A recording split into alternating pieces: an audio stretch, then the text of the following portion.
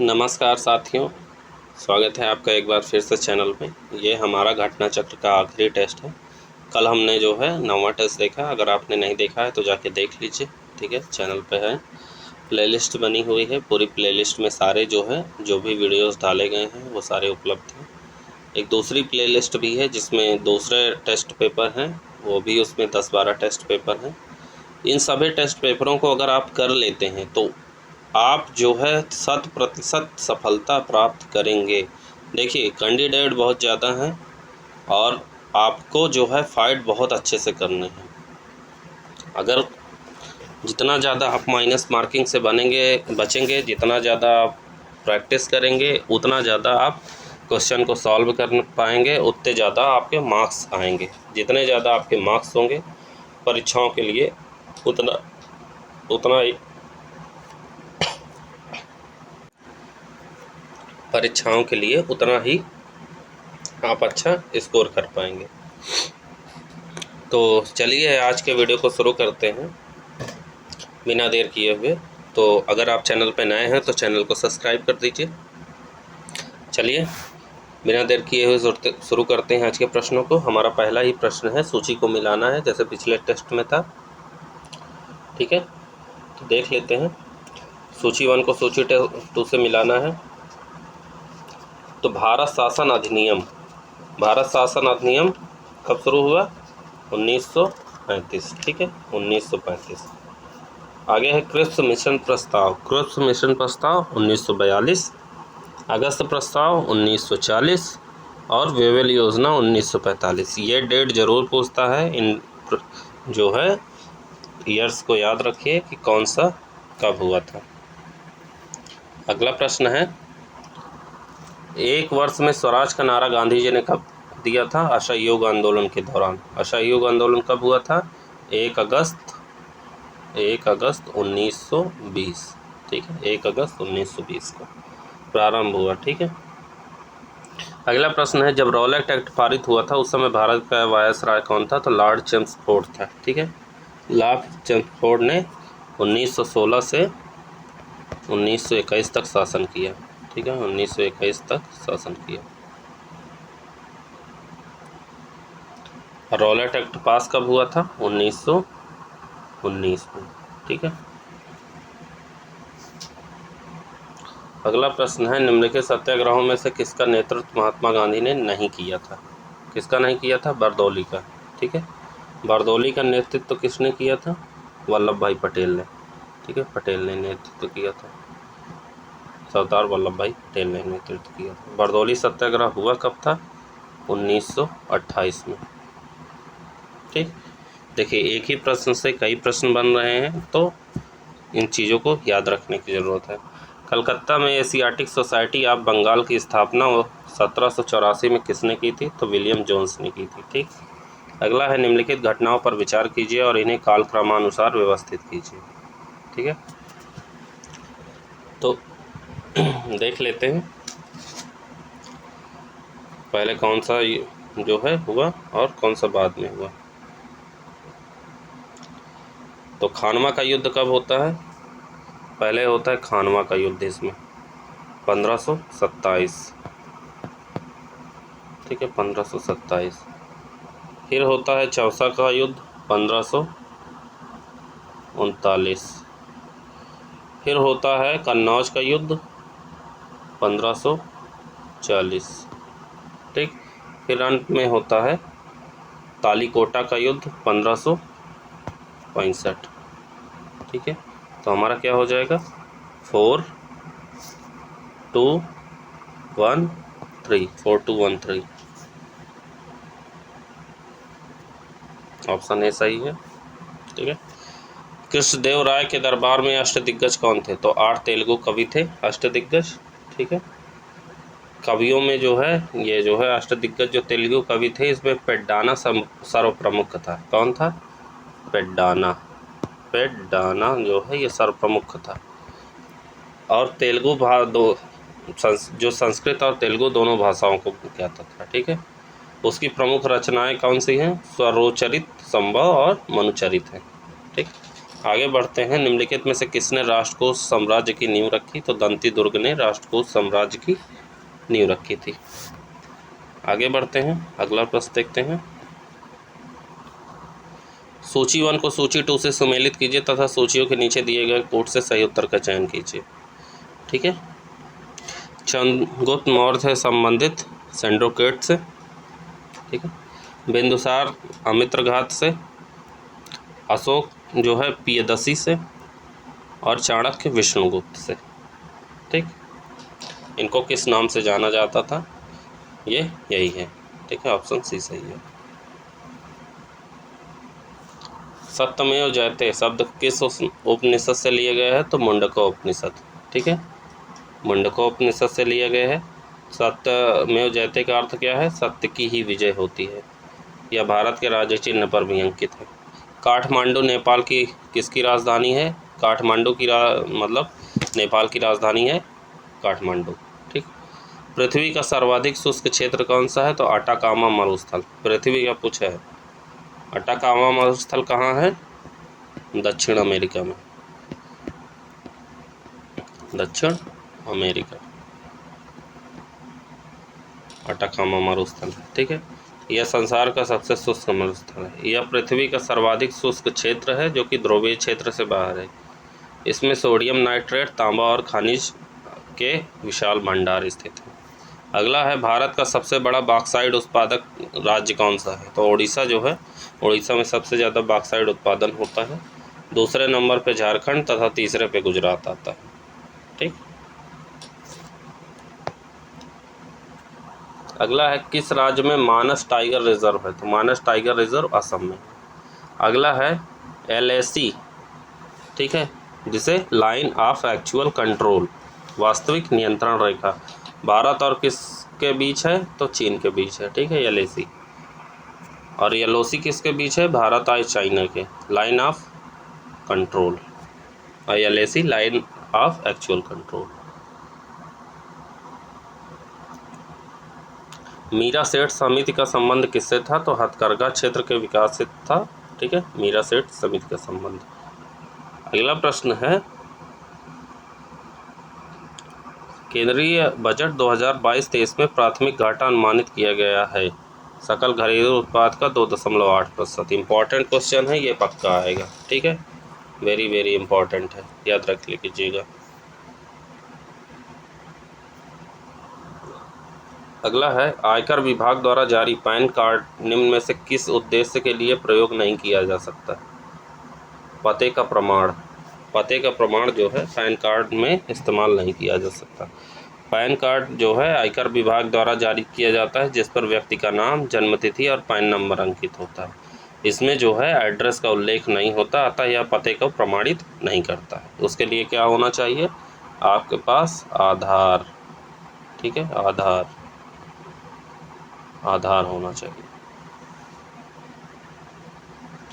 अगला है, राष्ट्रीय विकास परिषद का गठन जिस तिथि को हुआ था वह थी 6 अगस्त 1952। ठीक है, 6 अगस्त 1952 को राष्ट्रीय विकास परिषद की स्थापना की गई, गठन किया गया। भारत की पहली पंचवर्षीय योजना का आधार था हैरोल्ड डोमर मॉडल। ठीक है, हैरोल्ड डोमर मॉडल पर आधारित थी पहली पंचवर्षीय योजना। और द्वितीय जो है PC, ये महालनोबिस मॉडल द्वितीय थी। ठीक है, याद रखेगा, ये द्वितीय पंचवर्षीय योजना। आगे बढ़ते हैं। अगला है, निम्नलिखित में से लोकसभा की प्रथम महिला अध्यक्ष का नाम बताइए। मीरा कुमार प्रथम लोकसभा की पहली महिला अध्यक्ष थी। कौन? मीरा कुमार। भारतीय संविधान का जनक किसे माना जाता है? तो भीमराव अंबेडकर को माना जाता है। ठीक है, भारतीय संविधान का जनक। अगला है, राष्ट्रपति अपना इस्तीफा किसे संबोधित कर देता है? तो उपराष्ट्रपति को। उपराष्ट्रपति को संबोधित करके अपना त्याग पत्र देता है। कौन सा अनुच्छेद? अनुच्छेद 56(1) के तहत। ठीक है, आगे बढ़ते हैं। अगला प्रश्न है, लोकसभा के पहले उपाध्यक्ष कौन थे? तो M अनंत शयनम आयंगर लोकसभा के पहले उपाध्यक्ष थे। उपाध्यक्ष पूछा है। ठीक है, उपाध्यक्ष M अनंत शयनम आयंगर। अगला प्रश्न है, भारत के संविधान का कौन सा अनुच्छेद है जिसमें भारत के नियंत्रक और महालेखक परीक्षक का उल्लेख है? तो 148, अनुच्छेद 148 में जो है नियंत्रक एवं महालेखक परीक्षक का उल्लेख किया गया। अगला प्रश्न है, इलेक्ट्रॉन का एंटी पार्टिकल क्या है? तो पॉजिट्रॉन एंटी पार्टिकल पूछा है। आगे बढ़ते हैं, वायुदाब को मापने के यंत्र को क्या कहते हैं? तो बैरोमीटर कहा जाता है वायुदाब मापने के यंत्र को। सिरके का रासायनिक नाम क्या है? तो एसिटिक एसिड सिरके का रासायनिक नाम है। आगे बढ़ते हैं, निम्नलिखित का मिलान करना है। एक तरफ रूपांतरित तना है, एक तरफ उदाहरण है। ठीक, तो प्रकंद जो होता है, प्रकंद होता है अदरक का उदाहरण। ठीक है, बल्ब होता है प्याज का उदाहरण और कंद होता है आलू का उदाहरण। ऑप्शन ए सही है। ठीक है, अगला है, डीपीटी टीका निम्नलिखित में से किस प्रकार का होता है? तो एक संयुक्त टीका होता है। ठीक है, डीपीटी मतलब डी से क्या हो जाएगा? डिप्थीरिया हो जाएगा, डी से डिप्थीरिया। फिर पी से क्या हो जाएगा? जिसे कहते हैं कुकर खांसी। ठीक है, पर्ट्यूसिस, पी से पर्ट्यूसिस होता है। क्या होता है? PERTUSSIS, pertussis. पर्ट्यूसिस मतलब कुकर खांसी। और टी से क्या हो जाएगा? टी से हो जाएगा टिटनेस। ठीक है, टिटेनस। डी से डिप्थीरिया। ठीक, तो क्या हो गया? डिप्थीरिया, कुकर खांसी और टिटनेस से बचाव के लिए डीपीटी यानी एक संयुक्त टीका है, इसे दिया जाता है। ठीक, आगे बढ़ते हैं। अगला प्रश्न है, मैथ का है, देख लीजिए। 31 का सी और 32 का बी सॉल्व करिएगा खुद से। ठीक है, उम्मीद है आप इसे सॉल्व करेंगे। 35 तक के प्रश्न जो है मैथ के दिए गए हैं, 5 प्रश्न मैथ के। 33 का बी, 34 का बी और 35 का भी बी सही है। सॉल्व करिएगा कि ये आंसर क्यों आ रहा है। आगे बढ़ते हैं, प्रश्न हिंदी का है और लिखा है, मनोरथ का संधि विच्छेद होगा। तो मनः धन रथ, मनः धन रथ जो है ये मनोरथ का संधि विच्छेद है। ये कौन सी संधि हो जाएगी? ये हो जाएगी विसर्ग संधि। कौन सी? विसर्ग संधि, विसर्ग संधि हो जाएगी। अगला है, नाक रगड़ना। नाक रगड़ना का अर्थ क्या हो जाएगा? दीनता पूर्वक प्रार्थना करना। अगला है, जिसके सिर पर चंद्र हो उसे चंद्रशेखर कहते हैं। अगला है, उत्कर्ष शब्द का विलोम। उत्कर्ष का अपकर्ष होता है, विलोम शब्द पढ़े होंगे। अगला है, आग का पर्यायवाची। आग का वैश्वानर होता है। ठीक है, आग का पर्यायवाची क्या होता है? वैश्वानर। पुंडरीक किसका है? कमल का है। ठीक है, पुंडरीक होता है कमल का पर्यायवाची, कमल का। सैंधव किसका पर्यायवाची है? सैंधव है घोड़ा का। ठीक है, घोड़ा का, याद रखिएगा। आगे इंग्लिश का कंप्रिहेंशन दिया हुआ है, इसको पढ़ेंगे फिर आगे उत्तर जानेंगे।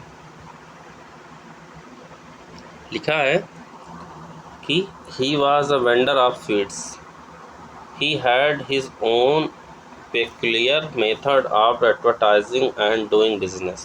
He never depended upon others for help and worked hard all alone. I speak of Murli, the man who sold sweets. His customers were children, the future citizen of the world. At the stroke of 9 in the morning, Murli would stand in front of the school with his tray of sweets. Till about 11, the cell would be bricks. After that, he moved up to other place. Even when the sweets become sticky in heat, his business never scalded. There was a depression in his business when the holidays came. ठीक, तो paragraph जो है कुछ इस बारे में कहा गया है कि जो है एक मुरली नाम का बच्चा है, वो सुबह 9 बजे से अपनी मिठाइयों की तस्तरी लेके घूमता रहता है, ठीक है, स्कूल के सामने। और सबसे ज़्यादा उसकी मुश्किल तब हो जाती है जब जो है हॉलीडे हो जाती है, मतलब छुट्टियों के दिन हो जाते हैं। जो उसका जो है ग्राहक थे वो बच्चे थे, ठीक है। तो अब इसके उत्तर जानेंगे। लिखा है हु वाज मुरली, तो मुरली अ वेंडर ऑफ स्वीट, मतलब एक विक्रेता था, ठीक है, मिठाई विक्रेता। आगे है हु वर हिज कस्टमर, तो उसके बच्चे का उसके ग्राहक कौन थे, बच्चे थे, ठीक है। जब स्कूल बंद हो जाता था तो उसकी सबसे ज़्यादा मुश्किल हो जाती थी। What time would he go to school, तो एट 9 इन द मॉर्निंग। कब जाता था स्कूल, सुबह 9 बजे।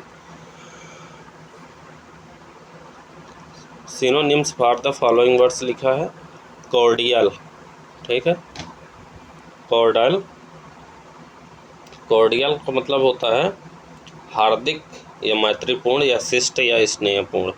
तो इसका जो है सिनोनिम्स हो जाएगा फ्रेंडली, ठीक है, मित्रतापूर्ण, ठीक है, दोनों का अर्थ हो जाएगा।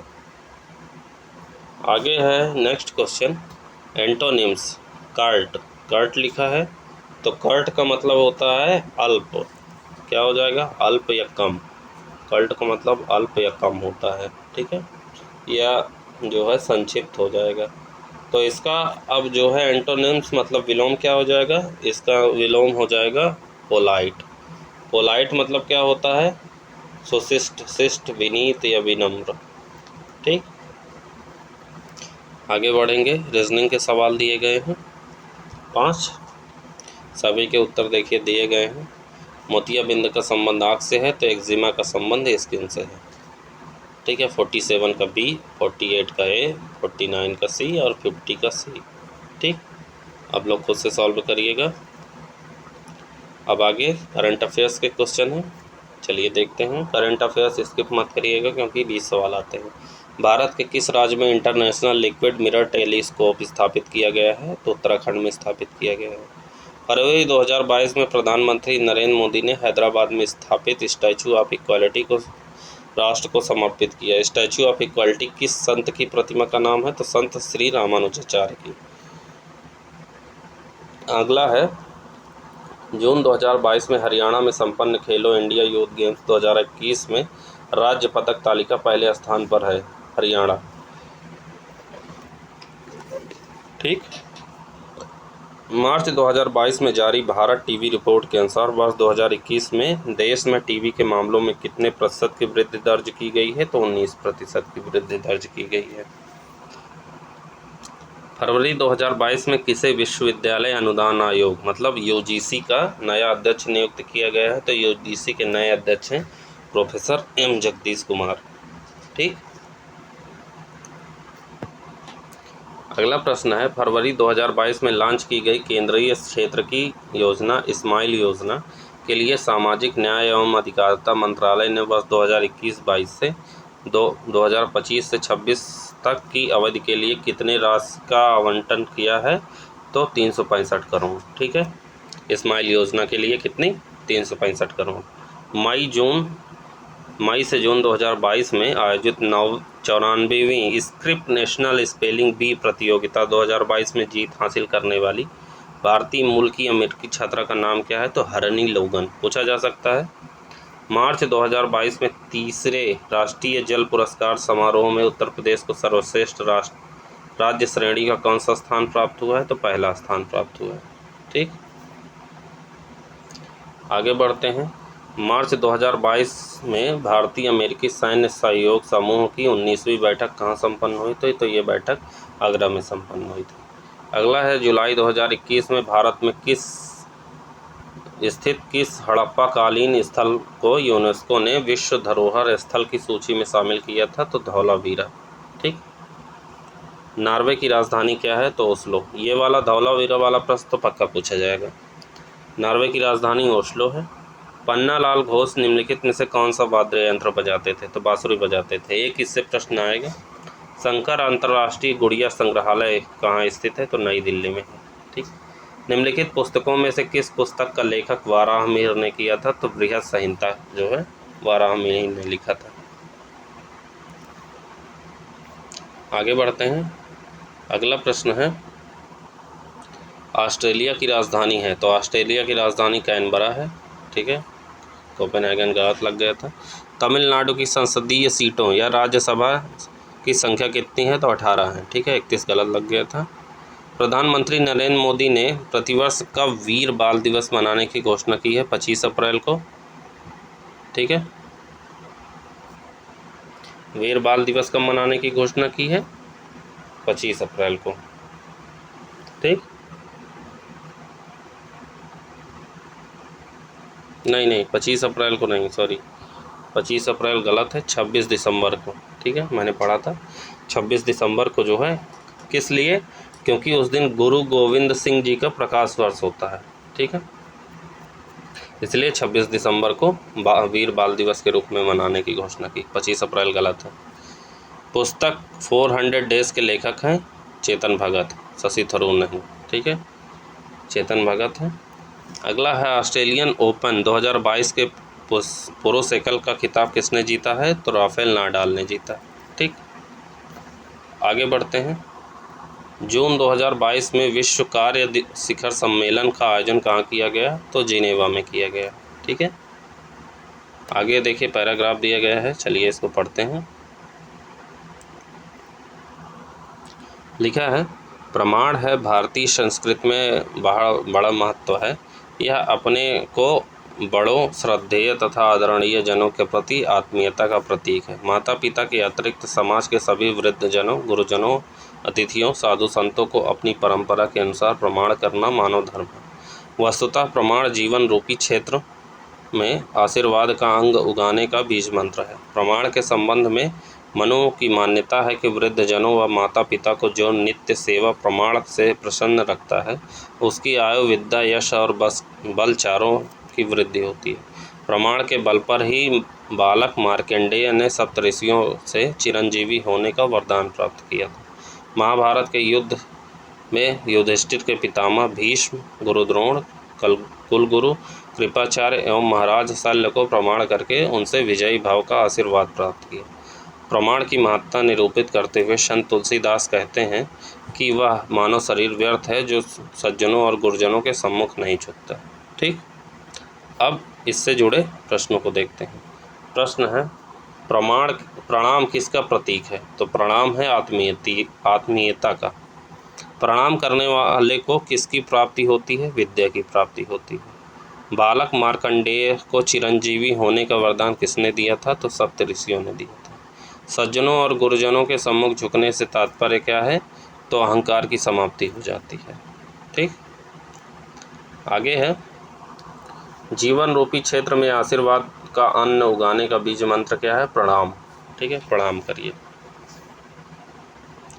चलिए पैराग्राफ दिया गया है, इसको देख लेते हैं। लिखा है, खेल की कक्षा शुरू हुई तो एक दुबली पतली लड़की शिक्षक से ओलंपिक रिकॉर्ड्स के बारे में सवाल पूछने लगी। इस पर कक्षा में सभी छात्र हंस पड़े। 4 साल की उम्र में ही उसे पोलियो हो गया था। शिक्षक ने भी व्यंग किया, तुम खेलों के बारे में जानकर क्या करोगे? तुम तो ठीक से खड़ी भी नहीं हो सकती, फिर ओलंपिक से तुम्हारा क्या मतलब? तुम्हें कौन सा खेलों में भाग लेना है जो तुम यह सब जानना चाहती? उदास होकर लड़की चुपचाप बैठ गई। सारी क्लास उससे पर देर तक हंसती रही। घर जाकर उसने माँ से पूछा, क्या मैं दुनिया की सबसे तेज़ धावक बन सकती हूँ? उसकी माँ ने उसे प्रेरित किया और कहा, तुम कुछ भी कर सकती हो, इस संसार में नामुमकिन कुछ भी नहीं।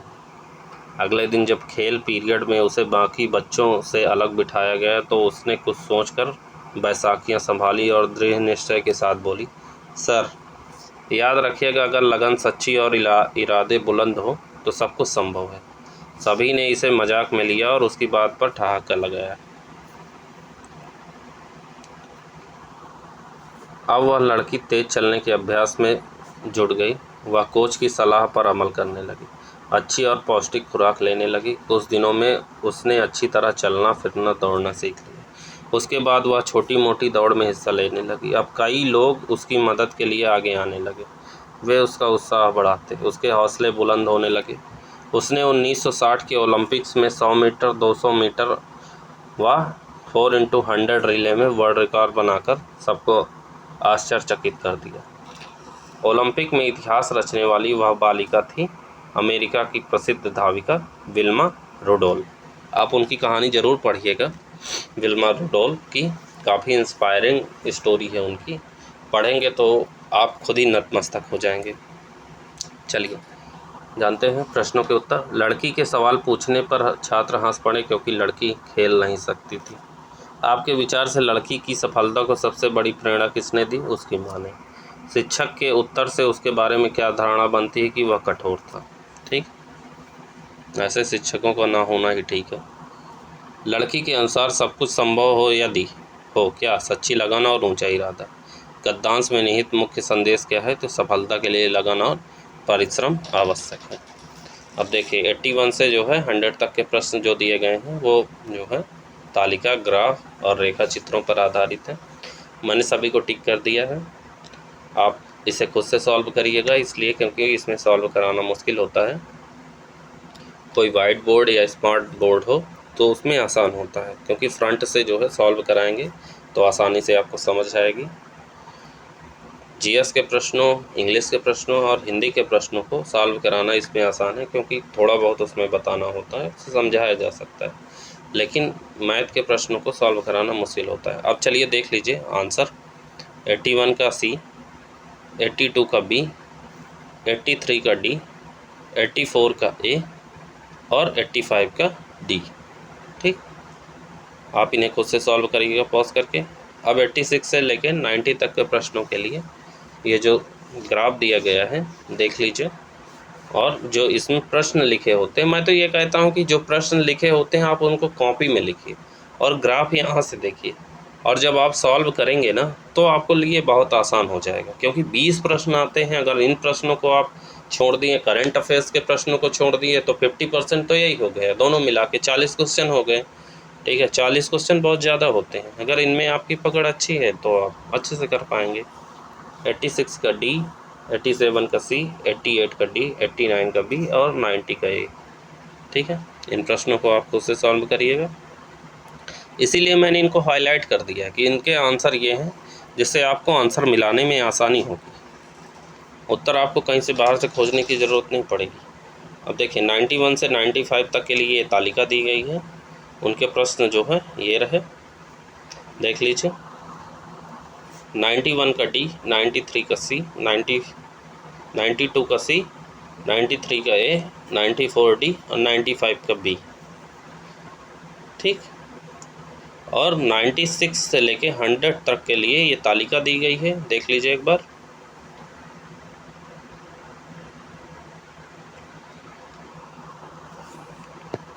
अब ये जो प्रश्न दिए गए हैं 96 का सी, 97 का डी, 98 का ए, 99 का बी, 100 का ए।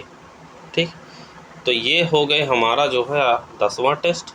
घटना चक्र के पूरे हो गए टेस्ट, ये आखिरी टेस्ट था घटना चक्र के। अभी 3-4 टेस्ट और आने हैं, आप चैनल पे बने रहिए। आप 25 से 30 जब आप टेस्ट कर लेंगे ना तो आप सफलता के एकदम नज़दीक पहुंच जाएंगे। ठीक है, तो उम्मीद है आपको ये टेस्ट पसंद आया होगा। टेस्ट पसंद आया है तो लाइक कर दीजिए, वीडियो को शेयर करके। अगर चैनल पर नए हैं तो सब्सक्राइब कर दीजिए, दोस्तों से भी अपने सब्सक्राइब करवाइए। ठीक है, थोड़ा हेल्प करिए। तब तक के लिए नेक्स्ट वीडियो में मिलते हैं, तब तक के लिए जय हिंद, जय Bharat. Thank you so much.